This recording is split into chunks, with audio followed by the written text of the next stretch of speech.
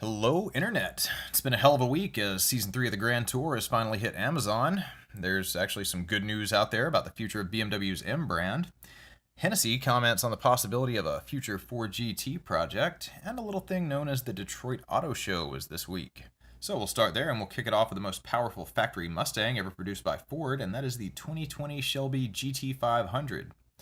In fact, with over 700 horsepower, the new GT500 actually has 50 more horsepower than the latest Ford GT I just mentioned. 0 to 60 on the new car is 3.5 seconds, and no price is yet to be announced, but given the roughly $68,000 price of the 2018 GT350R, I'd say you're easily looking at over $70K on this one.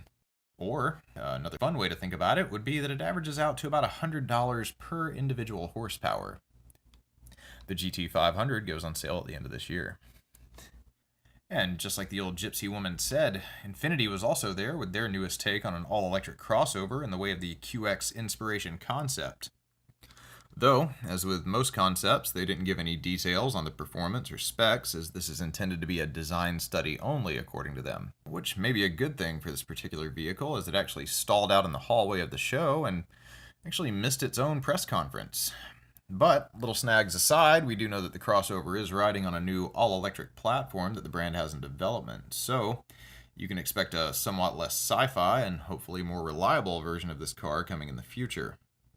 So, moving on, let's talk about Lexus, as they were also there with a couple of cars, the first of which was the LC convertible concept, which has a surprisingly flush rear deck lid, and even managed to save those tiny and more or less useless back seats. Otherwise, once again, this is officially a concept car, and it limits the amount of information the brand's willing to disclose. However, most people think that this one's pretty much a guarantee for production, as Lexus hasn't had a convertible in its lineup in some years. And if one high-end sports coupe just isn't enough, Lexus has another one for you. Check out the new RCF Track Edition. The car uses the same V8, but it's been tweaked to 472 horsepower and 395 pound-feet of torque.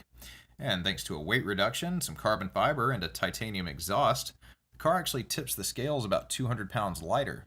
There's also carbon ceramic Brembo brake rotors, 19-inch BBS wheels, and standard launch control. Lexus estimates that the Track Edition can hit 60 miles an hour in 3.9 seconds. So, if you love Toyotas and you love horsepower, but that new Supra just doesn't quite do it for you, well, you've got some options. And speaking of that, the new Supra, of course, made its official debut this week as well. This new Toyota has 335 horsepower out of an inline-six, an 8-speed automatic transmission, a 0 to 60 time of 4.1 seconds, and will retail for a starting price of about $51,000. Moving on, Nissan was also at the show with their new concept car, the IMS, which is an all-electric, self-driving, autonomous car, which is also strangely similar to the brand's IDS concept from 2015, but that's neither here nor there. Anyway, love it or hate it, you can probably expect to see some aspects of this new styling theme show up in newer Nissan models. And that Subaru WRX STI S209 I gave you guys the scoop on a few weeks back did end up making an appearance at the show. And just as suspected, the S209 is the most powerful STI ever sold in America, coming in at over 340 horsepower and featuring a host of performance parts. Subaru didn't go as far as to give us a price on the new car, but with only 200 of them coming to North America, you can bet it'll be pretty expensive. And then there's GAC, who is China's 5th largest automaker. They were there as well, trying to make a good impression on press and potential buyers with the Entrance concept. Entranze, which is a pretty sci-fi looking 7-seat electric SUV. Well, they call it an SUV. I like to think it looks more like a futuristic minivan, but hey, in case you were wondering, that odd seat is in the front. And as in there are 3 front seats and then 2 and then 2 again. There's also front and rear sliding doors on both sides of the vehicle, a split glass roof, and lots of screens. And I would say production on this car seems pretty unlikely. But GAC, along with a few other Chinese brands, have been trying to warm up the US market for some time now, so expect to start seeing something by them on the road in the next few years. And finally, Cadillac was there to give us our first official look at the CT6V, with its hand-built 4.2-liter twin-turbo V8 known as the Blackwing. The new Caddy is rated at 550 horsepower and 627 pound-feet of torque. This also coincided with Cadillac's opening up of pre-orders starting on the day of the show. Not surprisingly, all 275 have now been sold. And to go along with that, there's actually some news about the regular CT6 this week as well. To summarize, GM said they may keep the CT6 on sale in North America. However, if no suitable replacement is found for the Detroit Hamrick plant, which, by the way, is a plant they opted to close down recently. Anyway, if no suitable replacement can be found for the Detroit Hamrick plant, the CT6 could most likely continue on in North America as an import from China. Alright, anyway, and speaking of the Chinese, have you heard of Geely? Well, if not, they're a Chinese conglomerate that in the past have been cozying up to Daimler, which means they have a degree of control over Mercedes-Benz. They own brands Volvo and Polestar. And in 2017, they bought a controlling stake in a little company called Lotus. And as a result of that, it was recently announced that Lotus production will move out of the dusty old United Kingdom and into a new $1.3 billion facility in China's Hubei province. It had been previously announced that Lotus plans to add 2 new sports cars and an SUV to its lineup, and it's increasingly looking like those new projects will also be built in China. Anyway, let's talk about some actual European performance in that case, as there was an interesting article this week in Car Magazine that reported that we may actually be getting 2 new variants of the upcoming M3 and M4. In short, the article basically says that BMW is planning to make an entry-level, bare-bones, purist version of the 2 M cars that will feature 20 less horsepower than the normal M variants, and won't have an option for BMW's M xDrive system. But will be the only models sold with a 6-speed manual transmission. So, hopefully they'll find a way to ditch some of the weight and finally offer that M3 that everyone's been asking them to make for the last decade or two. So, it looks like within the next year or so, we'll most likely see 2 M3s on the market. Both will have the same 3.0-liter twin-turbo inline-6, with the regular M car sitting at the top with 474 horsepower, a rear-drive biased all-wheel drive xDrive system, and an 8-speed automatic. And then the new M3 Pure coming in at 454 horsepower with rear-wheel drive only and a 6-speed manual transmission.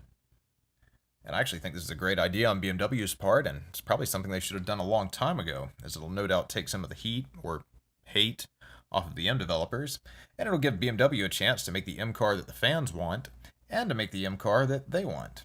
And I guess we'll just see which one ends up being more popular.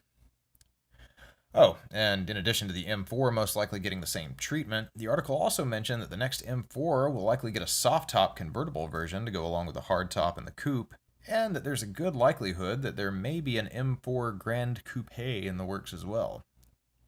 I'll keep you posted. Also this week, thanks to some recently leaked pictures, we now have our best pick so far of the interior of the new Corvette C8. And it actually looks pretty expensive and well thought out. In my opinion, anyway. The image was apparently snapped while the guys in the test vehicle were swinging through a McDonald's for lunch. And thanks obviously go out to carscoops.com for getting the picture out there. And in a little bit more Chevy news this week, General Motors was forced to pull its latest Real People ad, where it cited claims from an Ipsos poll from 2015 that stated Chevrolet was more reliable than Honda, Toyota, or Ford. All of which tend to disagree, as this was made clear by lawyers from all 3 companies contacting GM and essentially handing down an ultimatum for GM to stop airing the commercial by the 14th of this month or to face legal action, as they feel the claims to be inaccurate. But, in fact, if you go to a little place called Consumer Reports, it would actually suggest that Toyota is actually the number 1 in predicted reliability worldwide, and to be followed by Honda and Ford on down the list. But you'd have to travel all the way down to number 23 to find Chevrolet, out of a total of 34 brands. Probably knowing that as well, GM decided to pull the ad before the deadline ran out. However, according to General Motors, Chevrolet stands by its reliability claim, and that the potential legal trouble had nothing to do with the ad being removed, and said that it was already scheduled to stop broadcasting. I wonder if Mach's still going to make that video. Anyway, finally, Motor Authority sat down this week with John Hennessy and discussed the possibility of a Hennessy version of the Ford GT.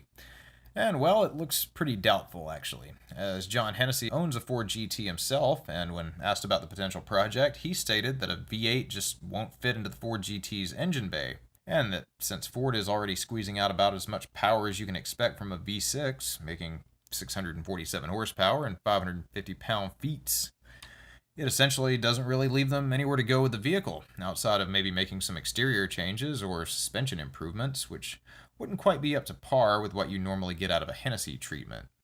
Anyway, that's going to wrap it up for this week's episode. Thank you everybody for watching, and I'll see you guys soon. Peace.